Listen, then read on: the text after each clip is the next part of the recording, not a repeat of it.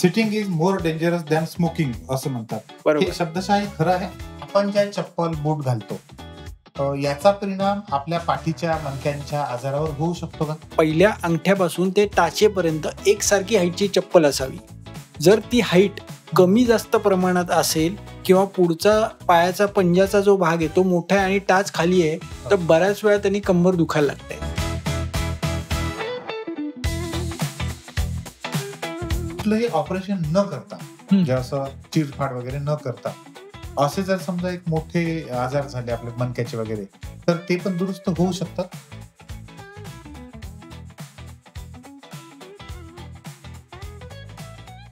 मित्रांनो नमस्कार, कसे आहात सगळे? मित्रांनो, या फ्री टॉक या आपल्या पॉडकास्ट मध्ये मी तुमच्या सगळ्यांचं स्वागत करतो. आज या पॉडकास्ट मध्ये आपल्या सोबत गप्पा मारण्यासाठी डॉक्टर विराज भंडारी सर आलेले आहेत. आपण म्हणतो अनेकदा की परमेश्वराचं दुसरं रूप म्हणजे डॉक्टर आहे. कारण जीवन आणि मृत्यू ह्या दोघांमधलं जे अंतर आहे ते सुसह्य करण्यासाठी म्हणून आपल्याला खऱ्या अर्थानं जर कोण मदत करत असेल तर ते डॉक्टर करतात. पाठीचे आजार किंवा मणक्यांचे आजार हे आजच्या जीवनशैलीमध्ये खूप जास्त प्रमाणात वाढत आहे. त्याचं कारण अर्थात आपली बदलत जाणारी जीवनशैली आहे. परंतु हे सगळे जे आजार आहेत ह्या सगळ्या आजाराबद्दलची पुरेशी माहिती, पुरेशी जागरूकता अजून आपल्यामध्ये आलेली नाहीये. तर आजच्या अगदी खमंग अशा गप्पांच्या माध्यमातून डॉक्टर साहेबांनी जवळ-जवळ 20,000 केसेस आतापर्यंत हँडल केलेले आहेत, त्यांच्यावर उपचार केलेले आहेत आणि त्यांना खऱ्या अर्थानं आराम मिळवून दिलेला आहे. तर अशा अनेक केसेसच्या माध्यमातून आपल्याला ते अनेक गोष्टी सांगणार आहेत. अजिबात नमनाला घडाभर तेल न लावता डायरेक्ट डॉक्टर साहेबांची आणि तुमची भेट करून देतो. सर नमस्कार. नमस्कार. सर मला सगळ्यात पहिल्यांदा विचारायचं आहे, मी व्यवस्थित बसलेला आहो का? एक लक्षात घ्या, तुम्हाला बसल्यानंतर कम्फर्ट जाणवतोय, तुमची पाठ हलकी आहे, पाठीचा कणा मधला हलका आहे, बरं. पटकचा भाग हा हलका आहे आणि तुम्हाला बसल्यानंतर तुमचा श्वासोश्वास हा इझी होतोय ओके. आणि बोलताना कुठलीही अडचण येत नाही, म्हणजे तुम्ही व्यवस्थित बसलेले आहात. म्हणजे बरोबर आहे. म्हणजे बरोबर बसलेला आहे. येस. कारण काय ना मी ऑफिसमध्ये बसतो बराच वेळ, 10 वर्ष ऑफिसमध्येच होतो. समजा दोन्ही पायाचे तळवे जमिनीला टेकलेले असले पाहिजेत वगैरे, बरोबर. पाठीचा कणा ताठ असला पाहिजे. म्हटलं पॉडकास्ट मध्ये तरी आपण असं रिलॅक्स बसूया, जसं बसा वाटलं तसं बसूया. एक पाय मोडपून बसूया, 2 पाय मोडपून बसूया, मांडी घालून बसा वाटलं मांडी घालून बसता आलं पाहिजे. बरोबर. आणि म्हणून माझा हा पहिला प्रश्न होता की बसलं कसं पाहिजे. एक लक्षात घ्या, बसणं ही आपली एक दिनचर्यामधला एक भाग आहे की बरोबर. जे आपण बऱ्याच ठिकाणी सकाळी उठल्यापासून ते झोपेपर्यंत बऱ्याच ठिकाणी वेगवेगळ्या ठिकाणी आपण बसतो. बरोबर.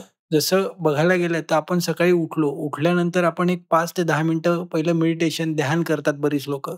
तर ध्यान करत असताना आपण उजवा पाय जो आहे तो तुमच्या ग्रोइंग रिजनमध्ये आत टाकला पाहिजे आणि डावा पाय पुढे टाकून बसलं आणि एक 10 मिनिटं ध्यान केलं तर आपल्या जी चक्र आहेत ती सगळी चक्र आपली ऍक्टिव्हेट व्हायला लागतात आणि आपला श्वासोश्वास हा इझी होतो. ऑक्सिजन 100% डोक्यापासून पायाच्या बोटांपर्यंत मिळतो. चांगलं आहे. त्याचबरोबर त्यानंतर आपण नाश्त्याला बसतो. नाश्त्याला बसल्यानंतर आपण नाश्त्याला बसताना नेहमी मांडी घालून शक्यतो जमिनीवरती खाली बसावं.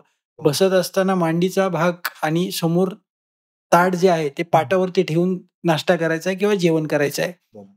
त्याचबरोबर आपण ऑफिसमध्ये बसणार आहात तर ऑफिसमध्ये आपला बसण्याचा कालावधी हा जवळजवळ सकाळी आपण एक 7 ते 8 तास ऑफिसमध्ये असतो. तर मग अशा वेळेस बसत असताना नेहमी टेबल आणि खुर्ची ही समोरासमोर हवी आहे. बऱ्याच वेळा काही सीए लोक बघा, मी बघतो हा. त्यांचे लोक बोलायला येतात म्हणून ते बऱ्याच वेळा डेस्क त्यांच्या उजव्या साईडला असतो, ते समोर बसतात किंवा बऱ्याच वेळा काही लोकांचे डेस्क चुकीचे असतात. त्याच्यामुळे बऱ्याच वेळा तिरकं बसणं हे एक मोठं कारण आहे कंबरदुखीचं. त्याचबरोबर खुर्चीला नेहमी पाय जे आहेत ते तुमचे खाली चिकटले पाहिजेत. खुर्चीला गुडघे तुमचे हे खुर्चीला समांतर पाहिजेत, 90 डिग्रीमध्ये पाहिजेत अच्छा. आणि पाय हे जमिनीला चिटकून बसायचं आहे. दर पाऊण तासांनी कंपल्सरी उठायचं आहे, 2 मिनिटं वॉक करायचा मधल्या पॅसेजमध्ये आणि बसायचं आहे. बरं. बसत असताना तुमचे खांदे, तुमच्या पाठीचा कणा, तुमचे कोपर हे सगळं एक तुम्ही जे काही त्याचा वापर करताय ते वापर करताना तो इझी आहे, इझीनेस आहे, कुठेही अडचण नाही अशा अवस्थेत तुम्हाला बसायचं आहे. तर ते sitting is more dangerous than smoking असं म्हणतात. हे बरोबर. शब्दशः हे खरं आहे?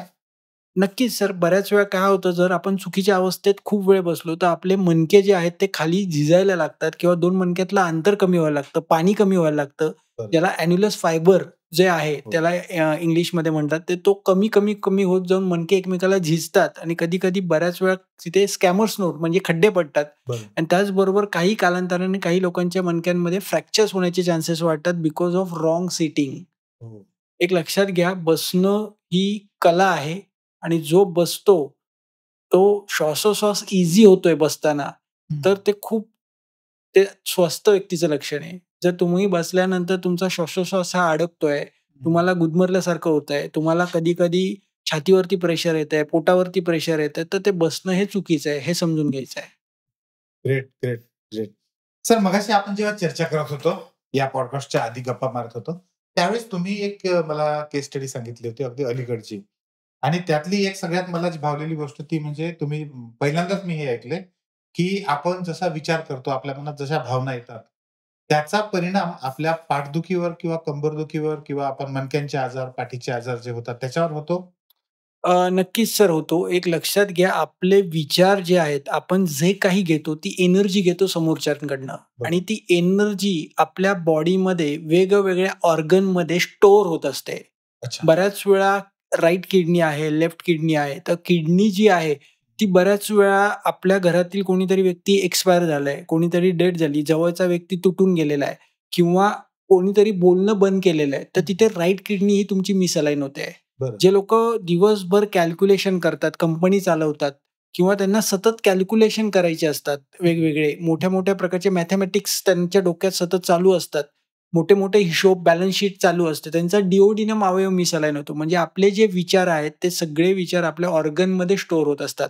बरं. तुम्ही जसं म्हटलात, की मगाशी आपण जी चर्चा केली, एक मुलगी माझ्याकडे साधारण एक मागच्या आठवड्यात आली होती आणि तिला दर पिरियडच्या काळामध्ये प्रचंड प्रमाणात पोट दुखणं आणि पाठ दुखणं आणि त्याचबरोबर पिरियड यायच्या आधी ते पिरियड येऊन गेल्यानंतर कमीत कमी 8 ते 10 दिवस प्रचंड प्रमाणात तिची पाठ दुखायची, स्पाझम यायचा आणि हे सगळं बघितल्यानंतर मी तिच्या डोक्यावरती हात ठेवला आणि डोक्यावरती हात ठेवल्यानंतर चेक केल्यानंतर अ, पहिलं मी तिला म्हटलं, की "तू काही स्ट्रेसमध्ये आहेस का? सतत अच्छा. ताणतणावामध्ये आहे का?" कारण आम्ही जेव्हा एखाद्या पेशंटच्या डोक्यावरती हात ठेवतो, तेव्हा बघतो, की जो काही प्रॉब्लेम आहे, तो मेंदूशी रिलेटेड आहे हो. का ऑर्गनशी रिलेटेड आहे का मस्क्युलोस्केलेटल म्हणजे मणके हलल्यामुळे आहे. बरोबर. मग तिने पहिलं सांगायला मला नकार दिला. ती म्हणली, "काही नाही सर, माझं व्यवस्थित आहे." मग नंतर मग तिला विचारलं, की "हे तुला कधीपासून येतंय?" तर मग 2 वर्षापासून होतंय. मग 2 वर्षापासून असं काय घटना घडली, की ते चालू झालं? मग मग ती म्हणली, की "सर खरं सांगू का? मी घरातल्यांना न सांगता पळून लग्न केलं आणि लग्न केल्यानंतर 2 वर्षापासून माझ्या घरातले लोकं माझ्याशी बोलत नाहीयेत. बरं. फोन पण घेत नाही, माझ्याशी बोलतही नाहीत आणि माझ्याशी या 2 वर्षात माझं आयुष्य, माझा नवरा आणि मी याच्या पलीकडं काही विश्व मी बघितलं नाही आणि घरातनं मी बाहेरच पडलेले नाहीये. बरं. दिवसभर 2 वर्षापासून मी घरात आहे फक्त. बापरे! हं. ना कुठली माझी मैत्रीण आहे, ना कुठला माझा नातेवाईक आहेत, की ज्यांच्याशी मी बोलू शकते. बरं. असं कुठलंही न घडल्यामुळे माझ्या डोक्यामध्ये सतत विचार माझे आई-वडिलांचे येतात आणि ते आई-वडीलचा फोटो बघून मी सकाळी 1-1.5 तास, संध्याकाळी 1-1.5 तास रडते. बाप असं रोज 2 वर्ष सकाळ-संध्याकाळ चालू आहे. बरं. मग मी तिला विचारलं, की "तू तुझ्या आई-वडिलांना फोन का नाही केला?" तर म्हणली, "मी घाबरतीये. मी फोन नाही करू शकत त्यांना." बरं. मग आम्ही तिला म्हटलं, की "तू कॉन्टॅक्ट का नाही केला? तू घरी का नाही गेलीस तुझ्या? हं, हं. जर तुला एवढा त्रास होतोय तर." तर ती म्हणली, की "सर माझी डेअरिंगच नाहीये. मी पळून जाऊन लग्न केलंय. त्याच्यामुळे माझ्या घरचे मला एक्सेप्ट करतील का नाही? हा हं. सगळ्यात मोठा प्रश्न आहे. कारण माझ्या घरातल्यांची परिस्थिती ही खूप उच्च आहे आणि मी ज्यांच्याशी लग्न केलंय त्यांची परिस्थिती ही सो आहे." बरं. मग मी तिला विचारलं, की "बाबा एक काम करायचं का? मी फोन करतो." बरं. मग मी तिच्या वडिलांना आमच्या दवाखान्यातनं फोन केला आणि पहिलं त्यांनी डायरेक्ट मला सांगितलं, की माझी अशी कुठलीही मुलगी नाही अच्छा. आणि ती माझ्यासाठी मेलेली आहे." अरे बापरे! मग परत मी एक अर्ध्या तासांनी परत फोन केला आणि हं. त्यानंतर तिचे वडील म्हणले, की "तुम्ही कृपया फोन करू नका. तुम्हाला काय करायचंय तुम्ही तुमचं, पण हं. आम्हाला काही फोन करू नका." बापरे! मग 2 दिवस मी जाऊन दिले आणि हं. 2 दिवसानंतर परत मी सकाळी एक 9:30 वाजता त्यांना फोन केला, की "काका अशी केस स्टडी माझी आहे आणि हा माझ्या केस स्टडीचा भाग आहे. बरं. की एक लक्षात घ्या, तिचा हेतू आयुर्वेदशास्त्र जे आहे, हेतू बंद नाही केले. हेतू म्हणजे जे कारण आहे तेच जर बंद नाही झालं, तर त्या व्यक्तीचा आजार पुढे जाऊन कॅन्सर सारखे आजार तिला होऊ शकतात, असं माझं मत आहे. बरं. कारण एक लक्षात घ्या, तेच विचार ती डोक्यात घेऊन जर रोज रडणार आहे, रोज तेच विचार ती डोक्यात ठेवणार आहे, तर मी तिच्या घरच्यांना परत 2 ते 3 दिवसांनी फोन केला, की समजून सांगण्याचा प्रयत्न केला, की आता जी गोष्ट झाली, घटना घडली, ती तुम्ही तिला माफ करा आणि तिचा स्वीकार करा. भले तिच्याशी बोला. बरोबर. तुम्ही तिला आर्थिक काही मदत करू नका. हो. अ, ते म्हणले, "मला बोलायचंय नाही, मला काही तिच्याशी संबंध नाही." मग आम्ही असंच मग तिच्या आईचा नंबर तिने मला दिला आणि त्या आईला फोन केला. आईचंही म्हणणं तसं झालं, की आम्हाला अजिबात तिच्याशी बोलायचं नाहीये आणि आमचा काही तिचा संबंध नाही. ओके. मग मी तिच्या भावाला फोन केला सख्या, की "बाळा, एक लक्षात घे, ठीक आहे, जी घटना घडली आता त्याला 2 वर्ष झालेत. बरं. त्या 2 वर्षानंतर ती मुलगी आज तुमच्या आठवणीने रोज रडते." बरं. तिने जवळ-जवळ 6 ते 7 पानाचं पत्र लिहून माझ्याकडे आणलं आणि ते पत्र वाचलं मी स्वतः आणि त्याच्यानंतर मी त्यांच्या घरच्यांना सगळ्यांना फोन करण्याचा प्रयत्न केला, की बाबा हा हेतू आहे, की जोपर्यंत ती तुमच्याशी बोलणार नाही, तोपर्यंत तिचा आजार हा कमी होणार नाही. बरोबर. तर हे भिगवण इथले एक ग्रस्त होते सगळे राहणारे. तर त्यांना मी समजवण्याचा प्रयत्न केला, परंतु कोणीही त्याच्या भावानी पण त्याला काही रिस्पॉन्स दिलेला नाहीये. त्यामुळे एक लक्षात घ्या, समाजामध्ये अशा घटना ह्या घडतात. त्याचा परिणाम जो आहे, काय होतो हे माणूस बघत नाही किंवा नातेवाईक लोकं किंवा त्यांना एक की बाबा ठीक आहे, तिने पळून जाऊन लग्न केलं, माझी मानहानी झालेली आहे आणि माझ्या समाजातल्या लोकांनी माझ्याकडे एक वेगळ्या नजरेने बघितलंय. एक पैसा हा एक गोष्ट झाली, पण माणसाने माणूस म्हणून पण जगलं पाहिजे असं मला वाटतं ॲज अ डॉक्टर. तर तिच्या घरच्यांनी हा पॉडकास्ट जर नक्कीच बघितला तर तिचा स्वीकार करावा. कारण एक डॉक्टर म्हणून या नात्याने एक लक्षात घ्या, मनुष्य आतमध्ये किती तळमळतोय किंवा तो किती रडते आणि त्याचा परिणाम तिच्या पिरियडवरती, तिच्या पुढच्या होणाऱ्या आयुष्यात हा 100 नाही 1,00,000% होणार आहे. बरोबर आहे. तर अशा समाजात बरेच लोकं जे पॉडकास्ट बघतात, ते बऱ्याच लोकांच्या घरात किंवा मित्रपरिवारात कुठली अशी घटना घडत असेल किंवा घडली असेल, तर आपल्या मुलांना किंवा मुलीला माफ करून द्यावं. आणि जे लोकं आई-वडिलांकडेही जात नाही, उलट्याही केसेस आहेत, की जे आई-वडिलांकडे भेटायलाच जात नाहीयेत. बरं. मग त्याही लोकांचे आई-वडील मी बघतो कधी-कधी, की बऱ्याच वेळा एखादी मुलगी जाते आणि आई आठवण करत राहते. माझ्याकडे तशी एक केस आली होती. टेलिफोन कंपनीत काम करणाऱ्या एक महिला होत्या. एक साधारण 3-3.5 वर्षापूर्वीची केस स्टडी आहे, की त्या माझ्याकडे आल्या. BSNLमध्ये काम करत होत्या. त्या मुलीनी लग्न केलं आणि मुलीनी येणं-जाणं बंद केलं. बरं. मग त्यांना त्या विचारांमुळे सतत मान त्यांची अवघडायची आणि ते रोज संध्याकाळी तिचा फोटो बघायचे. फोटो समोर रडायचे आणि तो फोटो अक्षरशः फोटो घेऊन त्या जेवण करणार, फोटो घेऊन त्या सगळं करणार, फोटो घेऊन त्या बोलायला लागल्या आणि त्यानंतर त्यांना वेड लागलं काही कालावधीनंतर, की मुलीच्या आठवणीने. एक लक्षात घ्या, समाजात ह्या गोष्टी, कारण आपण आज माणूस जे आहे, आपण एकत्र कळपात राहणारे माणसं आहोत. असं नाहीये की एकटे कुठेतरी एकटा माणूस राहू शकेल. तर नेहमीच आठवणी, आपले विचार, आपल्या भावना, आज लहानपणापासून मोठ्यापर्यंत आपण जे काही घडलो ते वेगवेगळ्या परिवारात घडलो आणि त्या आठवणींचा परिणाम कुठेतरी आपल्या हृदयात, आपल्या छातीमध्ये, आपल्या शरीरामध्ये कुठेतरी कोरलेला असतो आणि त्याच्यामुळे बरेच वेगवेगळे आजार निर्माण होत असतात. आत्ताच तुम्ही बघितलं तर मागच्याच आठवड्यात Instagramवरती एका मुलीचा मृत्यू झालेला आहे. एक मुलगीनी एका मुलीचं अकाउंट पोलिसांनी आता जस्ट त्याचा हे रेकॉर्ड सापडलाय. पोलिसांनाही त्याचा रेकॉर्ड सापडलाय आणि तिला आता शिक्षा झाली आहे. जस्ट एक मुलगी प्रेम प्रकरणात अडकली. एका मुलीनी आपल्याच खास मैत्रिणीला खोटं अकाउंट बनवून मित्र दर्शवलं आणि मित्राशी तिची ओळख फोनवरनं झालेली, एकमेकांना भेटले नाही, असं 2-2.5 वर्षात एकमेकांना मेसेज करत होते. आणि जेव्हा लग्न करायचा निर्णय घेतला तेव्हा त्यांनी मेसेज केला रात्री, की मी मुलीचा बाप आहे आणि माझा मुलगा काल आत्महत्या त्यांनी केलेली आहे, डेड झालेला आहे, तो एक्सपायर झालेला आहे. तर त्या मुलीनी ते वाचून 2 तासात आत्महत्या केली. ही सत्य परिस्थिती, घटना घडलेली. बघा मनाचा विचार काय आहे, मन कुठे काय विचार करतं आणि त्याचा परिणाम काय होतो. वेगवेगळे आजार निर्मिती वरती तर होतोच, त्याबरोबर कोणी आत्महत्या करतंय, कोणी काय करतंय. तर मना करारे प्रसन्न, सर्व सिद्धीचे हे कारण. मन जे आहे ते प्रसन्न असणं खूप गरजेचं आहे, कारण आपले विचारच आपले वेगवेगळे आजार निर्माण करतात आणि आपले विचारच आपले आजार बरे करतात. बरोबर. एक लक्षात घ्या, मी बऱ्याच रुग्णांना, माझ्या मणक्याच्या विकारांच्या रुग्णांना नेहमी सांगतो, की तुम्ही पहिलं तुमचा विचार करा, की मी बरा होणार आहे. बरोबर. मला बरं व्हायचंय. I love my spine. तुम्ही तुमच्या मणक्याला गुलाब द्या. बरोबर. बऱ्याच वेळा आपण काय करतो, की आपल्या मणक्याला, मला सांगा तुम्ही किती दिवसापूर्वी तुमच्या मणक्यावरती हात फिरवलाय आणि आय लव्ह यू म्हटलेत? अजून नाही. बरोबर आहे. एक लक्षात घ्या, आपले गुडघे किती वर्ष झाले आपण त्याच्यावरती चालतोय. बरोबर. किंवा अजून आपण त्याला, आपल्या अवयवांना आपण म्हटलं पाहिजे, की I love you my knees, I love you my spine, I love you my head, I love you my neck. एक लक्षात घ्या, ते सतत काम करतात ते आपल्यासाठी. आज ते एखाद्याला तो अवयव नसतं तर काय होतं? बरोबर. कारण आपण आपल्या अवयवांवरती नक्कीच प्रेम केलं पाहिजे. आपल्या हाडांवरती आपण प्रेम केलं पाहिजे. आपल्या स्वतःवरती प्रेम केलं पाहिजे आणि मनात नेहमी विचार ठेवला पाहिजे, की मी बरं होणार आहे आणि मला बरं व्हायचंय. बरोबर आहे. तर हा जो दृष्टिकोन आहे ना, हा खूपच कमी लोकांकडे असतो. हे खास करून आता मी डॉक्टर पण खूप सारे बघितलेत. परंतु एका बियॉन्ड द लिमिट ज्याला आपण म्हणतो, एका लिमिटच्या बाहेर जाऊन आपल्या पेशंटसाठी या पद्धतीनं करणारे मी तुम्हाला पहिले पाहतोय. म्हणजे प्रामाणिकपणे सांगतोय.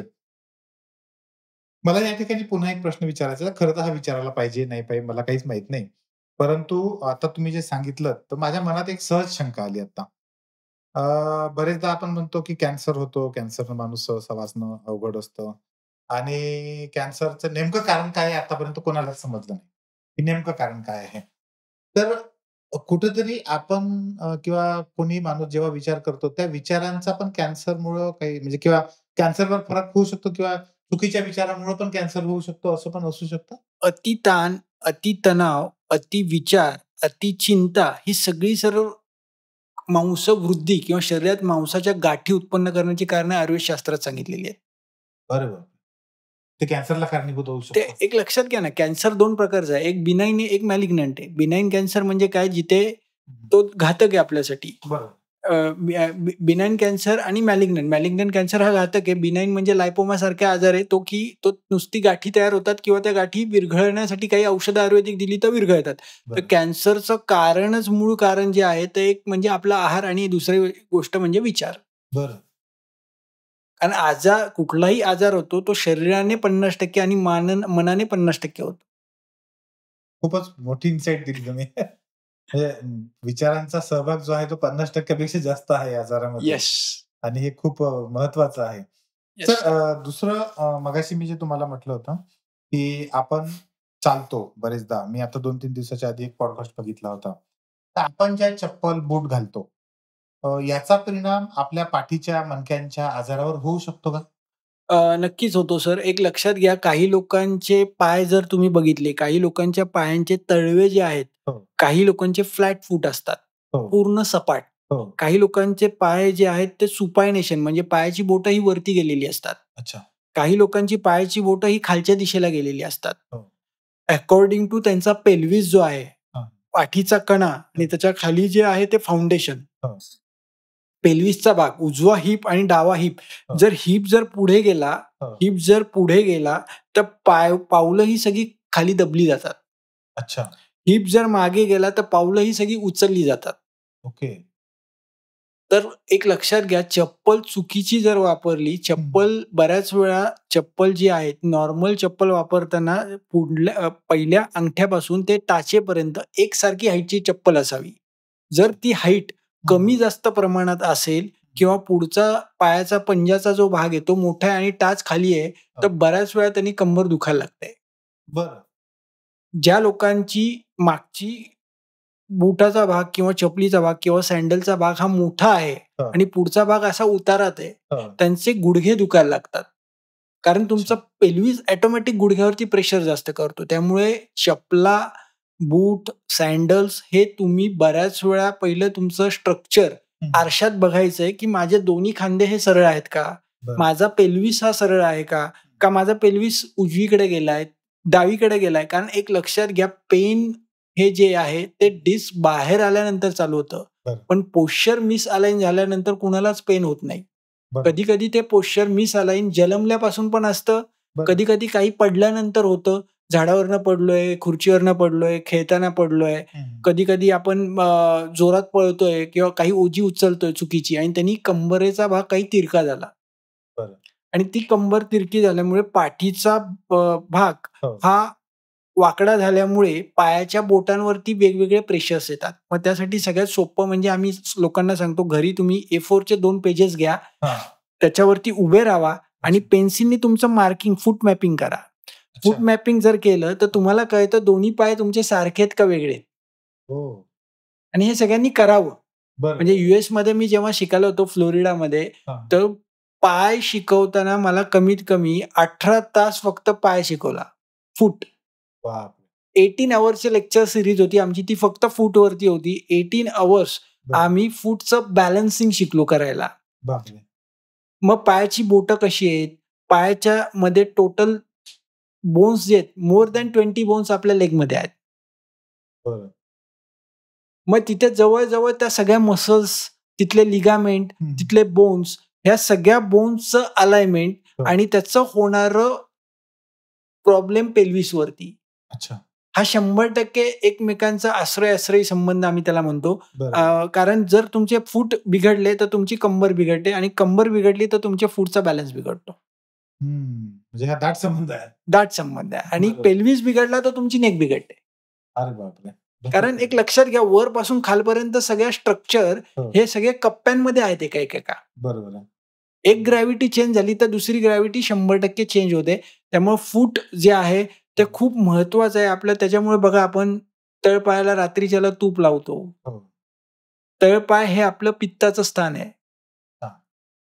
त्याच्यामुळे तळपायाला खूप महत्व आहे आणि बघा तुम्ही श्रीकृष्णाच्या तळपायाला बाण मारलाय. त्यामुळे तळपायाचं महत्व खूप आहे. का तिथेच मारला? बरोबर. तळपायाला आजकाल बघा ते स्पा मसाजमध्ये माशांच्या तिथे माशांमध्ये हो. पाय घालायला देतात. कारण फूट मसाज तिथला जर केला हो. तर तुमचे बऱ्यापैकी तिथले मसल रिलीज होतात अच्छा. आणि ते मसल रिलीज झाल्यामुळे किंवा तो मसाज घेतल्यामुळे बऱ्याच वेळा मन प्रसन्न होतं आणि शरीरावरचा ताण सगळा कमी होतो. तर मग एखाद्याला समजा पाठीचा वगैरे त्रास आहे, मणक्याचा आजार आहे असं किंवा जस्ट सुरुवात झाली आहे, तर त्याने तळपायाला कुठली अशी ट्रीटमेंट केली पाहिजे किंवा झोपताना ते काय अभ्यंग वगैरे जे करतात तसं पण? तासाच्या वाटीनी तूप लावणं, बरं. तळपायाला तेल लावणं, तळपायाला शतधौत घृत नावाचं घृत आयुर्वेदिक मेडिकलमध्ये मिळतं, ते लावणं हे खूप गरजेचं आहे. ज्यांची पित्त प्रकृती आहे त्यांनी शतधौत घृत लावा. ज्यांची वात प्रकृती आहे, पाय कोरडे पडतात, ते रुक्ष होतात, ते खरखरीत आहेत, हं. त्यांनी तेलाचा वापर करा. ते तेलाचा वापर करा. आणि ज्यांचे कफच पाय आहेत, मऊ आहेत एकदम, त्यांनी तुपाचा वापर करा. अच्छा. त्यामुळे पायाची ताकद ही वाढते आणि स्थिरता आली तिथे तर तुमच्या कमरेतली ताकद वाढायला लागते. ओके. पायाला तेल लावल्यामुळे तुम्हाला झोप चांगली लागते. पायाला तेल लावल्यामुळे तुमच्या शरीरातलं पित्त कमी होतं. बापरे! बरं. इतके त्यामुळे सगळे हे आहे. इतके सगळे उपयोग आहेत. तर तुम्ही जेव्हा हे सांगत होतात ना, म्हणजे आता खरं तर आपला पॉडकास्ट म्हणजे हा गप्पाच आहे. बरोबर. आपण आता बऱ्यापैकी मी जे म्हणतो, की नेहमी पूर्ण तब्येत जी आहे, ते आपण त्याला पूर्णांशाकडे बघितलं पाहिजे. तुम्ही वेगवेगळ्या देशांमध्ये हे सगळं डॉक्टरीचं शिक्षण जे आहे ते शिकलात. आताही वेगवेगळ्या देशातून तुमच्याकडे लोकं येतात. पुण्यामध्ये आहात तुम्ही, पण भारतभरातून पेशंट तुमच्याकडे येतात. मला याच्यामध्ये एक हे असं वाटतं, की समजा तो ॲलोपॅथीचे डॉक्टर आहेत, आयुर्वेदिकचे डॉक्टर आहे, होमिओपॅथीचे डॉक्टर आहे. मी बरेचदा होमिओपॅथी वगैरे घेत असतो. तर कुठलंही ऑपरेशन न करता, म्हणजे असं चिरफाड वगैरे न करता, असे जर समजा एक मोठे आजार झाले आपले मणक्याचे वगैरे, तर ते पण दुरुस्त होऊ शकतात? एक लक्षात घ्या सर, मणक्याचे आजार हे गादी ज्यांची व्हर्टेब्रल सेगमेंट ज्यांचं मागे आलंय, गादी बाहेर आली, बरं. नसा दबल्या गेल्या, हं. त्याला डिस्क हर्निएशन किंवा डिस्क पोट्रुजन म्हणतात. MRI मध्ये L4, L5 डिस्क हर्निएशन किंवा डिस्क पोट्रुजन, राइट पॅरासेंट्रल, लेफ्ट पॅरासेंट्रल पोट्रुजन असं MRIच्या रिपोर्टमध्ये येतं. बरं. आणि अशा लोकांना ऑपरेशन सुचवलं जातं मोठ्या-मोठ्या हॉस्पिटलमध्ये हो. किंवा ऑर्थोपेडिक डॉक्टर्स. हो. तर एक लक्षात घ्या, ज्यांचं रिट्रोलिस्थेसिस आहे, डिस्क मागे आली आहे, हं. मणका मागे सरकलाय आणि गादी बाहेर आली आहे, त्यांचं ऑपरेशन 100% वाचतं. पण ज्यांचा फॅसेट ब्रेक झालाय, ज्यांच्या तळपायामध्ये आगाग होतीये, फॅसेट ब्रेक होऊन पुढे गेलाय, फॅसेट तिथे तुम्हाला ऑपरेशन करावं लागतं. परंतु ज्यांच्या गाद्या फक्त बाहेर आल्यात, तर गाद्या नसा दबल्या गेल्यात, त्यांचं ऑपरेशन खरंच वाचतं. अशा कमीत कमी 20,000 लोकांचे आम्ही ऑपरेशनं वाचवलेत. कारण याच्यामध्ये आम्ही मॅन्युअल थेरपी देतो. मॅन्युअल थेरपी म्हणजे इंटिग्रेटेड अप्रोच आहे. ज्याच्यामध्ये पहिली ट्रीटमेंट जी आहे त्याला क्रायोप्रॅक्टर म्हणतात. बरं. क्रायोप्रॅक्टरमध्ये जे बोन मिसअलाइन झालेत, जे बोन उजवीकडनं मागे आलेत, जे बोन वरती गेलेत, जे बोन डावीकडनं मागे आलेत, त्याला आम्ही रिअलाइन करतो. पेशंटला एका विशिष्ट पोझिशनला झोपवतो आणि क्रायोप्रॅक्टरचं सेशन देतो. जे आजकाल व्हिडिओ बरेच YouTubeला, Facebookला व्हायरल होतात आहे. तर क्रायोप्रॅक्टर हेच खूप स्पेसिफिक टेक्निक आहे, ज्याच्यामध्ये तुम्ही ॲक्युरसी खूप आहे तिथे. जर तुम्ही जो मणका मिसअलाइन झाला आहे, त्याला सबलेक्सेशन म्हणतात. सबलेक्सेशन म्हणजे जो खरा हललाय, त्याला रिअलाइन केलं तर ते सेशन तुमचं फलदायी ठरतं. उगाच कुठलाही मणका हलवायचा नाहीये. खूप प्रिसाईज टेक्निक आहे. त्याच्याचबरोबर आम्ही फेशियल मॅनिप्युलेशन ट्रीटमेंट देतो. त्याच्यामध्ये पेशंटच्या डोक्यापासून पायाच्या बोटांपर्यंत ग्रॅव्हिटीचा मसाज आहे. Gravity massage. ग्रॅव्हिटी म्हणजे काय? तुमचं स्ट्रक्चर कंबर उजवीकडे तिरकी झाली आहे, पुढे गेली आहे, मागे गेली आहे, मानेचा भाग पुढे मागे गेलेला आहे, मान फॉरवर्डेड झालेली आहे, लॉस ऑफ लॉर्डोसिस आहे, कव नष्ट झाला आहे. त्याला रिअलाइन करणं, तुमचे सगळे डोक्यापासूनचे पायाच्या बोटापर्यंत सगळे मसल रिअलाइन करणं, स्ट्रक्चर रिअलाइन करणं आणि त्याच्यामुळे पेशंटला इझीनेस येतो, श्वासोश्वास मोकळा होतो आणि श्वास इझिली व्हायला लागतो. त्याला वाटतं मी पहिल्यांदा श्वास घेतोय का? पहिलं सेशन. सेकंड सेशनमध्ये फूट बॅलन्स केले जातात, जे मगाशी मी तुम्हाला म्हटलं. थर्ड सेशनमध्ये आम्ही लॅटरल बॉडी म्हणजे बाहेरची बाजू जी आहे तुमच्या शरीराची ती बॅलन्स करतो. लेव्हल 4 मध्ये आतमधली बाजू बॅलन्स करतो. लेव्हल 5 मध्ये डोक्यापासून पायाच्या बोटांपर्यंतची पुढची बाजू. लेव्हल 6 मध्ये मागची बाजू. लेव्हल 7 मध्ये हेड नेक बॅलन्स. लेव्हल 8 मध्ये दोन्ही पायांचा बॅलन्स. लेव्हल 9 मध्ये दोन्ही हाताचा बॅलन्स. हे सगळे मसल रिअलाइन करतो आणि 2 मणक्यातलं अंतर वाढवतो, जेणेकरून तिथल्या मसल्स, तिथले फायब्रोसिस, तिथल्या झालेल्या गाठी या सगळ्या डिझॉल्व्ह होतात. त्याच्यामुळे रिऑकरन्स येत नाही. बऱ्याच वेळा ऑपरेशन तुम्ही करताय, गादी बाहेर आली आहे, डॉक्टर लोक गादी कट करतात. त्याला लॅमिनेक्टॉमी किंवा डिसेक्टॉमी म्हटलं जातं. परंतु एक लक्षात घ्या, डॉक्टर लोक फक्त गादी कट करतात, 2 मणक्यातलं अंतर नाही वाढवत आहे. आज आपल्या थेरपीने, मॅन्युअल थेरपीने 2 मणक्यातलं अंतर वाढतं, रिऑकरन्स येत नाही आणि महिन्यातनं एकदाच पेशंटला यावं लागतं. कमीत कमी 7 ते 8 महिने मध्ये पूर्ण गादी ही आत जाते. खूपच सुंदर पद्धतीने सांगत आहात. पण मी विचार करतोय पेशंटच्या बाजूने. म्हणजे आता अनेक लोक मी बघितले आहेत, पाहतो आहे. बरेचदा काय होतं, डॉक्टरकडे जातात, डॉक्टर सांगतात की नाही हे ऑपरेशन करायला पाहिजे, केल्याशिवाय होणार नाही. दुसऱ्या डॉक्टरकडे जातात, ते पण सांगतात की नाही करायला पाहिजे असं. पण त्याला मनात कुठेतरी वाटते की नाही, आपण जर ऑपरेशन न करता होऊ शकत असेल तर. मग अशा वेळेस या लोकांनी कोणाचा सल्ला घेतला पाहिजे? कारण आता तुम्ही जे सांगितलं हे माझ्यासारख्याला सुद्धा समजायला अवघड जातं. तर तो कशा पद्धतीने हे ठरवू शकेल की आपण विदाऊट ऑपरेशन दुरुस्त होऊ शकतो? ठीक आहे, आता तुम्हाला तुमच्यापर्यंत पोहोचलं, ते आले, तुम्ही त्यांना सांगू शकाल. पण काही लोक समजा आता सगळेच काही पुण्यात राहत नाहीत, बरेच पुण्याच्या बाहेर पण असू शकतात. तर अशा लोकांनी अशा काही गोष्टी आहेत का की ते स्वतःच ठरवू शकतील की नाही आपल्याला याच्यामध्ये पॉसिबिलिटी आहे, आपण प्रयत्न केला पाहिजे? एक लक्षात घ्या सर, शास्त्र बदललं की सीमा बदलते. अच्छा. आज ॲलोपॅथी सायन्स जे आहे, त्याचं ॲलोपॅथी सायन्स जिथे चालू होतं, तिथे आयुर्वेदशास्त्र संपतं आणि जिथे आयुर्वेदशास्त्र चालू होतं, तिथे ॲलोपॅथी सायन्स संपतं. ओके. एक लक्षात घ्या, प्रत्येक शास्त्राच्या काहीतरी सीमा आहेत. बरोबर. आज ॲलोपॅथी शास्त्र जे आहे ते चांगलं आहे का? तर ते चांगलं आहे. एक लक्षात घ्या, कुठलंही शास्त्र हे चांगलं आणि वाईट नसतं. ते बघण्याचा चष्मा फक्त वेगवेगळा आहे. बरोबर. तर एक लक्षात घ्या, ज्यांच्या गाद्या बाहेर आल्यात, नसा दबल्या गेल्यात, त्यांनी एकदा मॅन्युअल थेरपीकडे नक्कीच जावं, असं माझं मत आहे. कारण एक लक्षात घ्या, ते प्रूव्हन आहेत. आज ऑस्ट्रेलिया, इंग्लंड, अमेरिकेमध्ये त्या थेरपी आता लोकांना देतात आहे. त्याचे रिझल्ट्स आहेत आणि ज्या लोकांना वाटतं की मनातनं एकदा की बाबा खरंच होतं का? तर खरंच हे होतं का? हे जर बघायचं असेल तर बेसिकली माझ्या YouTubeला, माझ्या Facebookला जावं, डॉक्टर विराज भंडारी टाका. मी तिथे बिफोर आणि आफ्टर फोटो टाकलेले आहेत. त्याच्या लिंक पण आपण देतोय खाली. म्हणजे बिफोर पेशंट कसा होता आणि आफ्टर त्याची गादी कशी आत गेली, याचे कमीत कमी मोर दॅन 3,000 MRI हे आम्ही आमच्या फेसबुक वॉलला आहेत. 3,000 लोकांचे फोटो फेसबुक वॉलला आहेत की बिफोर तो आला कसा आणि तो गेला कसा. आणि एक लक्षात घ्या, ऑपरेशन हे नक्कीच वाचतं आणि ऑपरेशन वाचण्याचं कारण काय आहे, तर मेनली आपण रूट कॉजवर काम करतोय. बरोबर.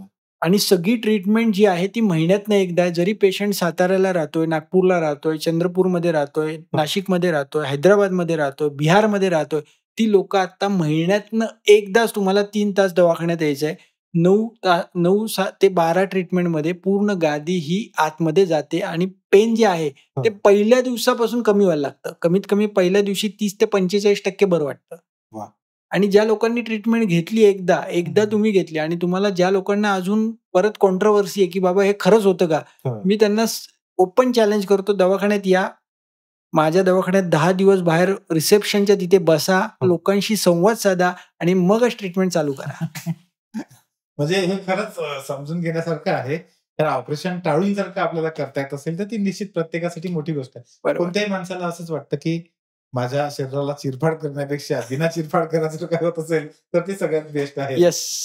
तर मगाशी आपण गप्पा करताना तुम्ही पंढरपूरचा किस्सा सांगितलात बरोबर. मुलाचा. तो पण परत एकदा सांगा.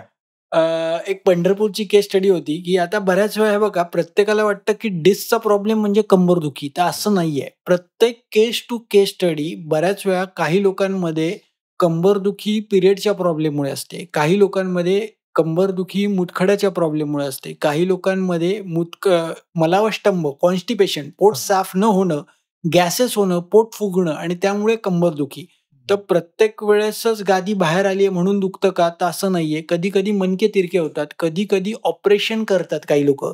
जसं हर्नियाचं ऑपरेशन आहे, अपेंडिक्सचं ऑपरेशन आहे. एक पंढरपूरची केस होती, की ज्यांनी अपेंडिक्स आणि हर्नियाचं ऑपरेशन केलेलं होतं आणि त्याच्या दुसऱ्या दिवसापासून त्यांना झोपता येत नव्हतं. बरं. झोपायला लागले, की कंबर प्रचंड दुखायची, मांडीचा भाग पूर्ण दुखायचा आणि कमरेचा भाग पूर्ण दुखायचा. मग ते साधारण जवळ-जवळ 1 वर्ष झोपले नाहीत. अरे बापरे! ते बसून झोपायचे. बसून झोपलं की बरं वाटते. पण जेव्हा पाठीवर झोपलं, की लगेच पायाचा मसल त्यांचा शॉर्ट होऊन जायचा. हं. तर मग हे सगळं मी जेव्हा चेक केलं, एक्स-रे चेक केले. एक्स-रेमध्ये नॉर्मल आहे. सगळे डिस्क नॉर्मल आहेत, सेगमेंट नॉर्मल आहे. त्यानंतर मी त्यांना पाठीवरती झोपवलं आणि just check the visceral organ check केले. असं ऑर्गन चेक करताना असं लक्षात आलं, की अरे 2 ऑपरेशनं झाली आहेत तुमची. मग अपेंडिक्स आणि हर्निया. मग ते ऑपरेशन करताना डॉक्टरांच्या चुकीमुळे तो मसल जास्त शिवला गेला आणि तो शिवला गेल्यामुळे तिथले मसल्स जे आहेत ते कडक झाले. आज काय होतं, की ऑपरेशन केल्यानंतर तो डॉक्टर म्हणतात, "काही नाही, माझं ऑपरेशन तुझं चांगलं झालंय, ह्याचा काही प्रॉब्लेम नाहीये. ते अवघडलं असेल तुझं झोपेत." मग ते ॲक्चुअली कोणी कबूल करत नाही, की हे त्याच्यामुळे झालं असावं किंवा त्यांना त्याचं नॉलेज नसावं मे बी. त्या सायन्समध्ये ते लिहिलेलं नाहीये. तर असंच त्या केस स्टडीमध्ये झालं, की जो पेशंट 1 वर्षभर बसून झोपत होता आणि मी त्यांना मग आम्ही असंच इस्तम नावाची ट्रीटमेंट जी आहे, instrumented assisted soft tissue manipulation. Instrument माझ्याकडे अमेरिकेचे 2 प्रोब आहेत, ज्याने आम्ही मसलच्या गाठी ज्या आहेत त्या सोडवतो आणि ते फायब्रोसिस झालेले मसल्स, तिथे नोड्स बनलेले लिगामेंट त्याला रिलीज केलं जातं आणि ते मी रिलीज करून दिल्यानंतर पेशंटला म्हणलं, "तुम्ही घरी जावा आणि बघा, मला सांगा काही दिवसांनी." तर ते घरी गेले आणि दुसऱ्या दिवशी ते पेशंट सकाळी 9 वाजता परत दवाखान्यात आले आणि आल्यानंतर त्यांनी डायरेक्ट साष्टांग नमस्कार घातला आणि म्हटले, "माझ्या वडिलांनी सांगितलंय, तो पंढरपूरचा पांडुरंग जो आहे, तो तुझा पुण्याला आहे. तू पहिला त्याच्या पाया पडून ये. 1 वर्षानंतर तू झोपलाय. एवढं 3 वेळा ऑपरेशन तुझं जे झालं आणि त्याच्यानंतर आपण खूप डॉक्टरांना दाखवलं, ते बरं होत नाही, ते ह्या पद्धतीने बरं झालंय." मग ते लोकं खुश झाले. म्हणजे एक लक्षात घ्या, केस स्टडीमध्ये प्रत्येक वेळेस कस्टमाइज निदान करणं, ॲक्युरसी डायग्नोसिस करणं, ॲक्युरेट डायग्नोसिस आणि ॲक्युरेट ट्रीटमेंट ही खूप गरजेची आहे.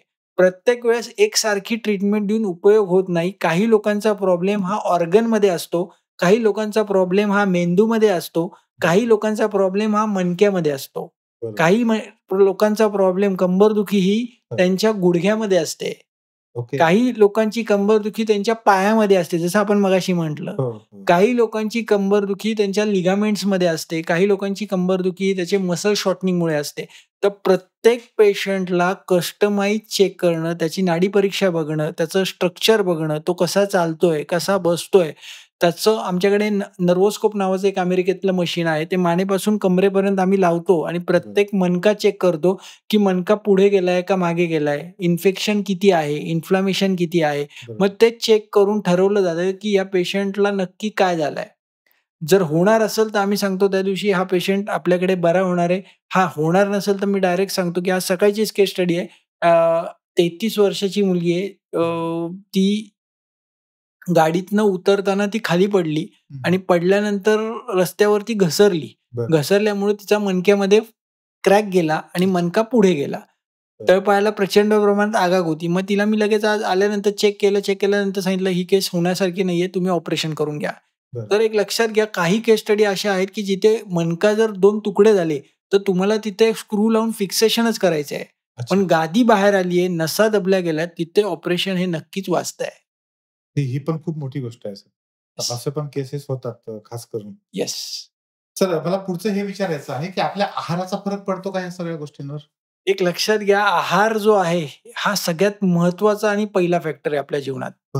आहार जो आहे तो बेसिकली तुम्ही घेत असताना तुमच्या शरीरामध्ये किंवा तुमच्या जीनमध्ये किंवा तुमच्या कुळामध्ये काय खात तुम्ही आलेला आहात, तुमचे कुळ काय खात आलेलं आहे. बऱ्याच वेळा आपण बघतो आता काही लोक व्हेजीज करून व्हेजिटेरियन डाएट फॉलो करतात, काही लोक नॉनव्हेज डाएट फॉलो करतात, काही लोक मिक्स प्रकारचं डाएट फॉलो करतात, आणि काही लोक आमची जी आहेत ती त्यांना जे वाटतं ते रात्रीच्याला 2 वाजताही बर्गर खाणारी मंडळी आहेत.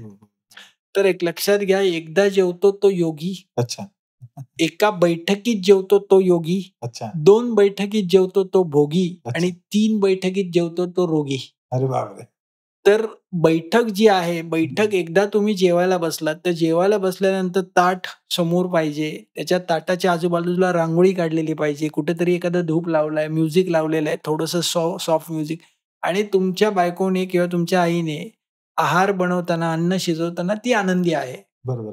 ते सगळं जे आहे, तिचे मनातले भाव, तिच्या मनातल्या सगळ्या गोष्टी त्या तुमच्या अन्नात उतरलेल्या असतात. आणि अन्न, एक लक्षात घ्या, आपण आहार, पण तोच आहाराचं ताटात वाढल्यानंतर देवासमोर ठेवला तर तो नैवेद्य होतो.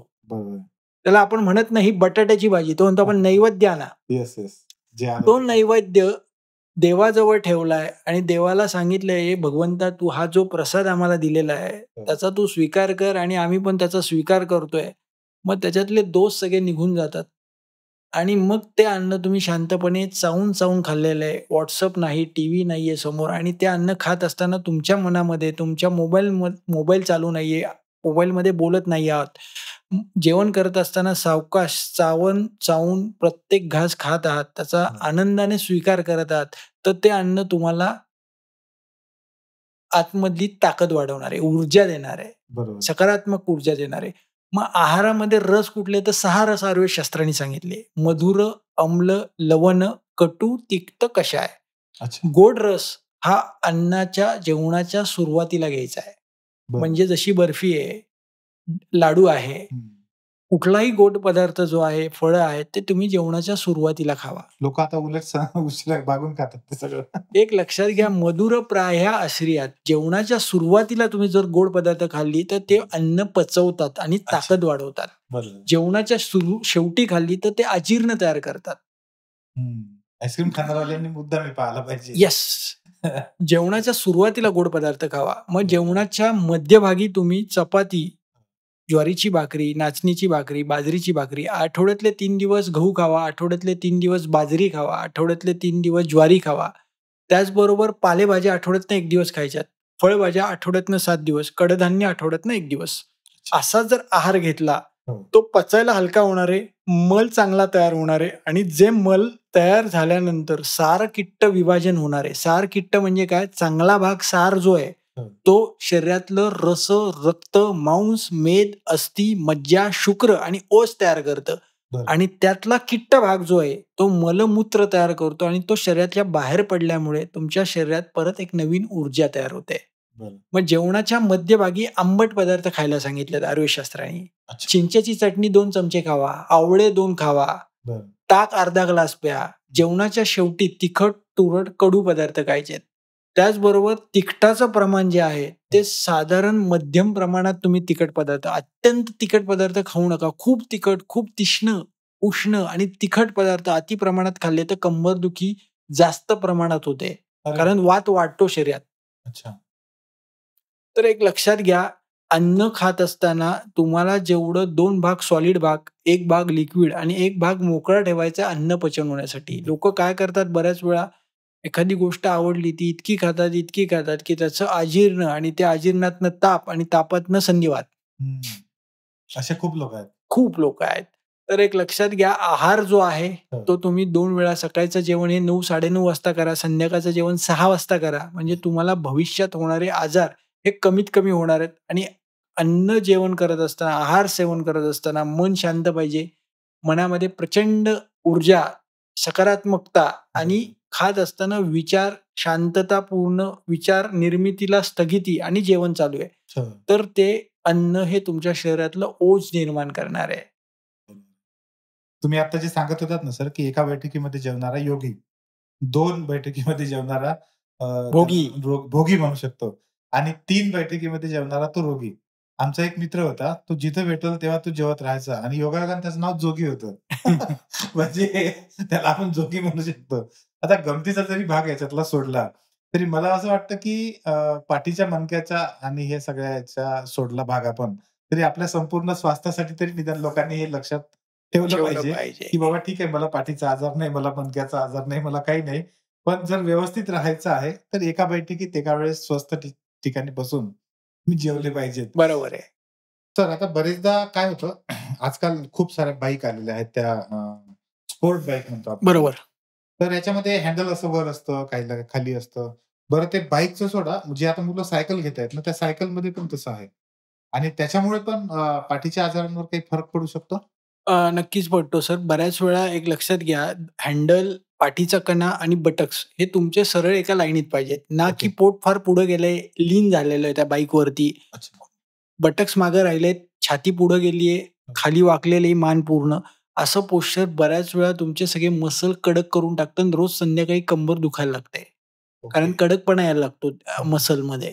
त्याचबरोबर सायकल जे वापरणार आहात, लहान मुलांपासून मोठ्या माणसांपर्यंत, तर सायकलचे स्टँड आणि सायकलचे सीट आणि दोन्ही हँडल्स हे एका लाईनीमध्ये बसल्यानंतर दोन्ही हात सरळ एका लाईनीत पाहिजे. शोल्डर स्ट्रेट एका लाईनीत आहेत का ते बघायला पाहिजे. छाती आणि पाठ आणि बटक्स हे एका लाईनीत आहे का? बऱ्याच वेळा ते पुढे गेलेले नको आहे, मागे गेलेले नको आहे. तर दुसरं असंच एक अडचण होती, की मी आता गावाकडे 2-3 ठिकाणी असं बघितलेलं आहे, की टीव्ही जो असतो, तो काही ठिकाणी असा खूप उंच ठेवलेला असतो. कधी-कधी तर काही लोकांच्या त्या कपाटावर ठेवलेला असतो आणि बसायची व्यवस्था जी असते ती खूप खाली असते. बरोबर. उलट काही लोकं ते पलंगावर बसतात आणि टीव्ही जो असतो तो थोडासा असा खालच्या बाजूला गेलेला असतो.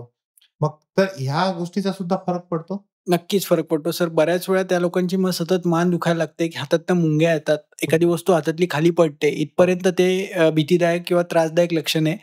टीव्ही हा नेहमी तुमच्या डोळ्याच्या समोर अच्छा. आणि एक साधारण अर्धा फूट वरती, डोळ्याच्या तुमच्या बरोबर समोर आणि अर्धा फूट वरती पाहिजे.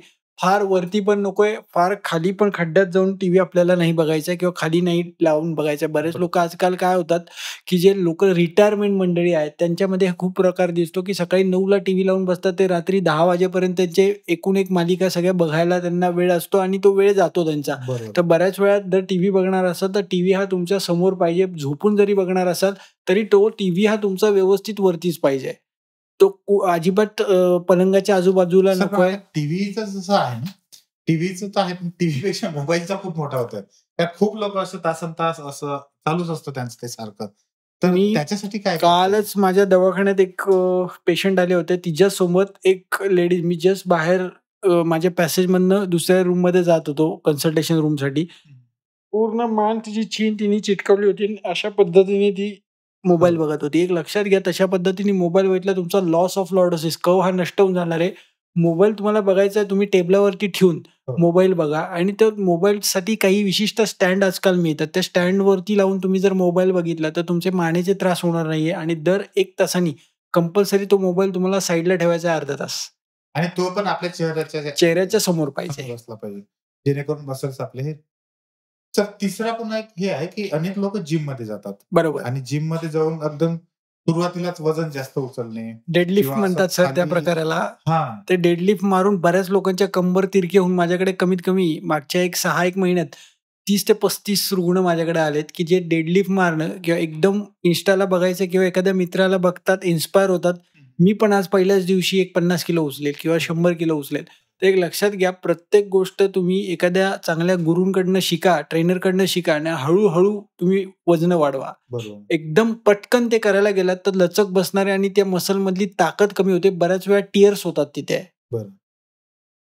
चालताना सर लोकं सरळ चालतात. काही लोकं चालत असताना वेगवेगळ्या पद्धतीने चालतात. तर चालण्याच्या पद्धतीनुसार सुद्धा कमरेचे, मणक्याचे आजार होतात? चालताना नेहमी टाच, पंजा. टाचेचा भाग पहिला तुम्हाला ठेवायचा आहे. त्याच्यानंतर हा मधला point. हो. येस. टाच, मधला भाग आणि पंजा खाली चिटकवायचा आहे. चालत असताना नेहमी समोर बघायचंय, खाली बघायचं नाहीये आणि चालत असताना तुमची मान, हो. छातीचा भाग आणि पाठीचा कणा आणि कमरेचा भाग हा एका लाईनीत पाहिजे. तो कधी-कधी काही लोकं बघा अशी चालतात. हो. मागे इन्क्लाइन झालेली असते. काही लोकांची मान पुढे इन्क्लाइन झाली, छातीचा भाग हा पुढे आलेला असतो आणि ते खाली बघून चालतात. तर ह्याच्यामुळे बऱ्याच वेळा पोश्चर मिसअलाइन होतं आणि 2 मणक्यातलं अंतर कमी व्हायला लागतं, पाणी कमी व्हायला लागतं आणि मणके झिजायला लागतात. शिर्यते तत शरीरम, जे झिजतं ते शरीर. मग ते सतत झिजून तिथले हाडं जी आहेत ती पोकळ होतात आणि फ्रॅक्चरचे प्रमाण वाढत जातं. आणि अलीकडे ते चालण्याचा नवीन प्रकार आलाय. मोबाईल. चालणं सुरू आहे तर मोबाईल सुरू असतो. म्हणजे मी गंमत म्हणून अनेकदा असा बाजूने एखादा जात असला, आता नवीन माणसाला नाही करता येत, पण ओळखीचा असला की त्याला ढकलून द्यायला पाहतो. म्हणजे त्याच्या लक्षात निदान चालताना तरी मोबाईल बघितला नाही पाहिजे. एक एवढं लक्षात त्याचं लक्ष घ्या, द्यायला पाहिजे. चालताना मोबाईल तर नाहीच बघितला पाहिजे आणि गाडी चालवतानाही लोकं आजकाल मोबाईल हो. बघून गाडी चालवतात. त्यामुळे बरेच ॲक्सिडेंट्स होतात. कालच माझ्याकडे एक मुलगी आली होती 12वीतली. तिला ट्रकवाल्याने उडवलं अरे! टू व्हीलरवरती. 10वीतली मुलगी आहे. ती बिचारी परीक्षेला अभ्यास लॅबमधनं येत होती तुमच्या आणि ती लॅबमधनं येताना ट्रकवाला मोबाईल बघत, पिक्चर बघत ट्रक चालवत होता. बरं. आणि तो बिचारीला तिने एक चाक तिचं त्याच्यावरनं गेलं आणि तिची मान अवघडली सगळी. मान पूर्ण लचकली की ती मानच हालत नव्हती. कारण एक लक्षात घ्या, हे व्यवहारात आपल्यामुळे कुणाला त्रास होणार नाही. बरं. हे खूप लोकांनी बघा, तुम्ही मोबाईल बघून अजिबात गाड्या चालवू नका, जेणेकरून एखाद्याचा जीव एखाद्याचा व्यंग जर झालं, बरोबर. एखादा अवयव त्याचा निकामी झाला, तर ते खूप दीर्घकाळ आपल्या भारतासाठी एक मोठं आणि आता होत आहे. शाप आहे. रोज खूप सारे प्रकरण असे होत आहेत. Sir last but not list खूप महत्वाचा प्रश्न. ग्रामीण भागांमध्ये कमरेचे आजार बरे करणारे, पाठीचे आजार बरे करणारे असे खूप लोकं असतात. बरोबर आहे. अनेकदा असं वाटतं लोकांना, की अरे पटकन होतंय, रिझल्ट मिळत आहे, आपण तिकडे गेलं पाहिजे. हं. पण हे खरं असतं का आणि त्याच्यात गेलं पाहिजे का? काय नेमकं कारण असतं? एक लक्षात घ्या, ज्यांना साधी लचक बसली आहे, मसलवर मसल चढली आहे किंवा मसलला दुखापत होऊन किंवा मणक्याला दुखापत होऊन तिथले लिगामेंट्स टाईट झालेत, कडक झालेत, तर त्यांनी ती ट्रीटमेंट करून बघा. पण एक ट्रीटमेंट किंवा 2 ट्रीटमेंट केल्यानंतर फरक पडत नाहीये, तर कंपल्सरी एक्स-रे करा.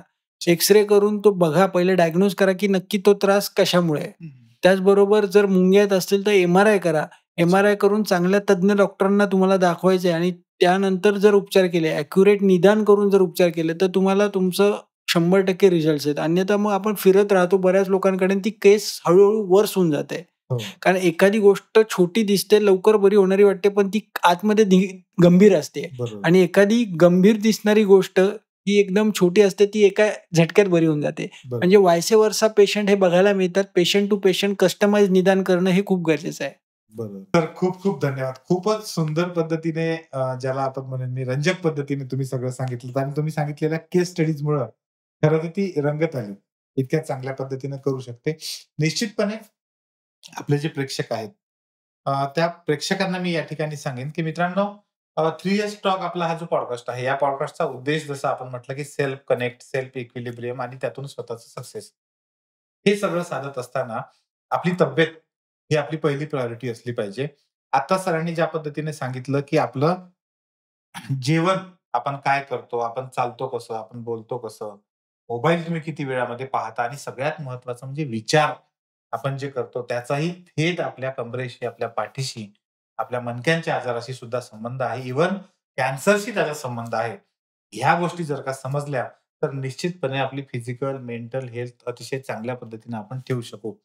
तर खूप धन्यवाद आणि तुम्ही जसं अशा 20,000 लोकांना बरं केलेलं आहे, आयुष्यभर अशाच पद्धतीनं अनेक लोकांना तुम्ही बरं करत राहो, या सदिच्छा मी या ठिकाणी देतो आणि थांबतो. Thank you. Thank you so much sir. धन्यवाद.